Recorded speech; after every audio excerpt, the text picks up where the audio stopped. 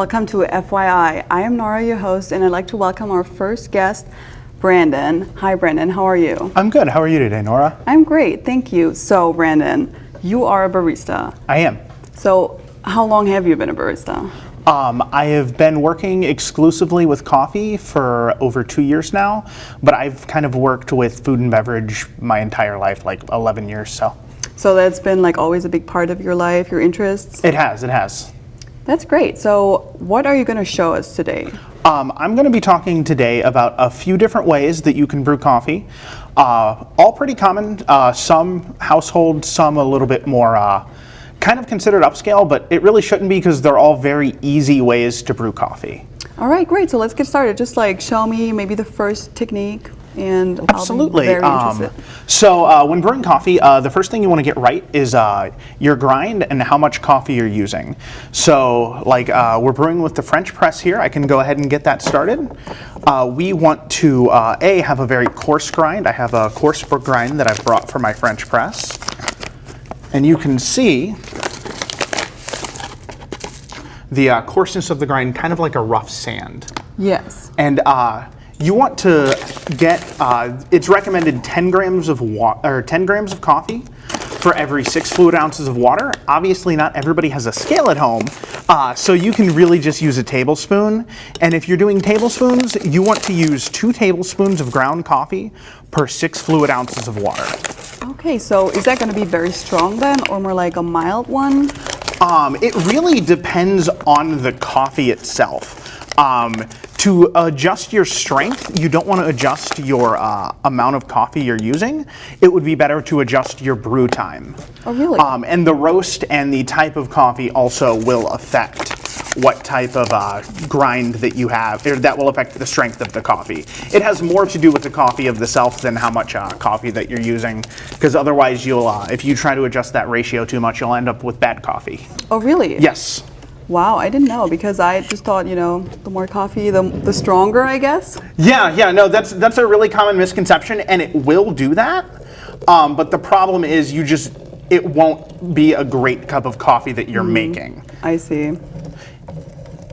So, Brandon, tell me, like, what is the actual difference between those roasts? Because you already mentioned it, like, it depends on the coffee, how strong it's going to be. So what is the actual difference between different roasts? Between different roasts? So the coffee is roasted to varying strengths.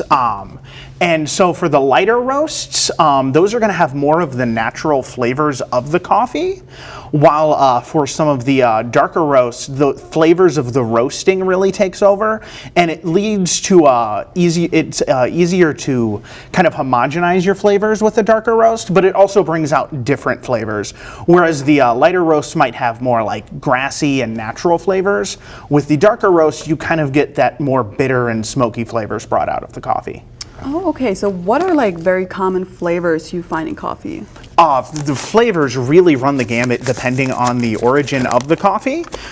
Some common tasting notes that you'll find are different fruit flavors like cherry, blackcurrant, citrus. You will also find different like smoky flavors.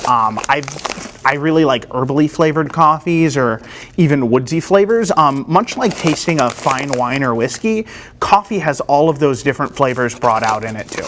Wow, that is interesting. I didn't expect to have like herbal flavors actually in coffee. Yeah, herbal flavored coffees are actually some of my favorites. Really? Yes. Does it taste like tea then, or is that very different? There are a lot of similarities between coffee and tea, including brew time, and the fact that they are both made by immersing their products in hot water. So you'll have some of the flavored same notes. I'm not a tea expert, but I feel like if you knew a lot about tea, some of the things that you would learn with coffee in terms of tasting notes, those can really kind of, in terms of tasting notes, span between the different types of beverages. So we'll go to a short break and then we'll come back and taste those coffees. Look at these images. Look at the pain. Look at the misery. Hello, my name is Stacy Crenshaw and I am passionate about those poor, innocent creatures. Why? Look how ugly they are. you can change the life of one animal. But you haven't done it yet. So go do it, and I'll thank you later. Cool? And welcome back from our break. So right now we're going to do the actual tasting, and it's going to be really interesting because we're going to be talking about that specific brewing method. So what exactly is that? I've prepared today a French press of coffee. So you have coarse ground coffee, and you essentially pour the water right on top with no filter, and you let it brew for 4 minutes. And then there's a plunger in here with a very fine metal sieve, and you essentially plunge the grounds down to the bottom, leaving your brewed coffee at the top.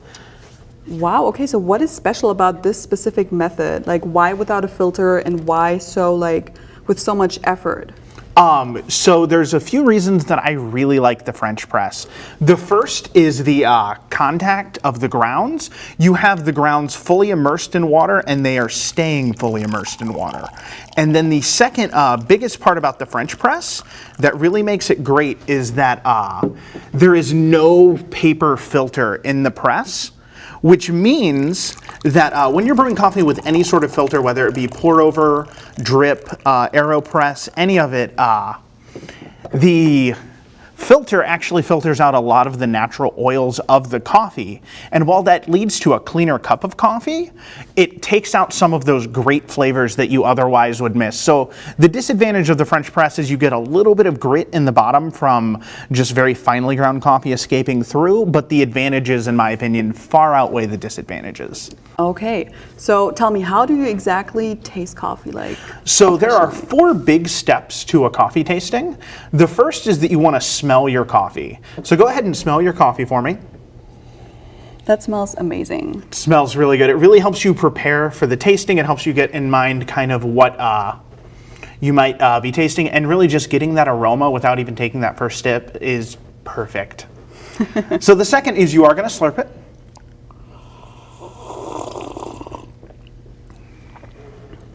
And just let that wash over your tongue. That is very good for black coffee, because I usually don't drink black coffee. This is actually really good. Awesome. I'm really glad, because the black coffee, it's something that I acquired a taste for. I would never drink black coffee until I started brewing better and drinking better coffees. And when you can experience those flavors, it's a lot better. Definitely, because I feel like a lot of times coffee is washed out with cream or milk and sugar, or even other flavors.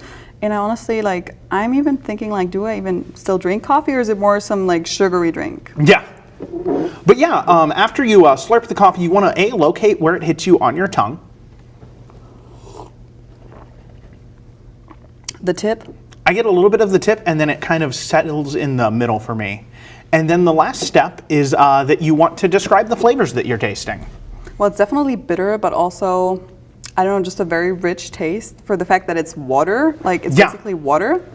Yeah, this coffee is great. If you really get into the flavors of it, you can taste not only cocoa, but a little bit of citrus, which if I had some lemon bread or anything, that really would help bring the citrus flavors out to highlight. But those 2 flavors are 2 things that are actually very, they're very typical of African coffees. And this is a coffee that was sourced out of Ethiopia, so. That is very interesting, Brennan. Thank you so much for sharing. I really hope that this helped you guys with tasting your coffee, pairing your coffee, especially with food like lemon bread. That was really interesting. And I hope you tune in for next show. And thank you guys so much.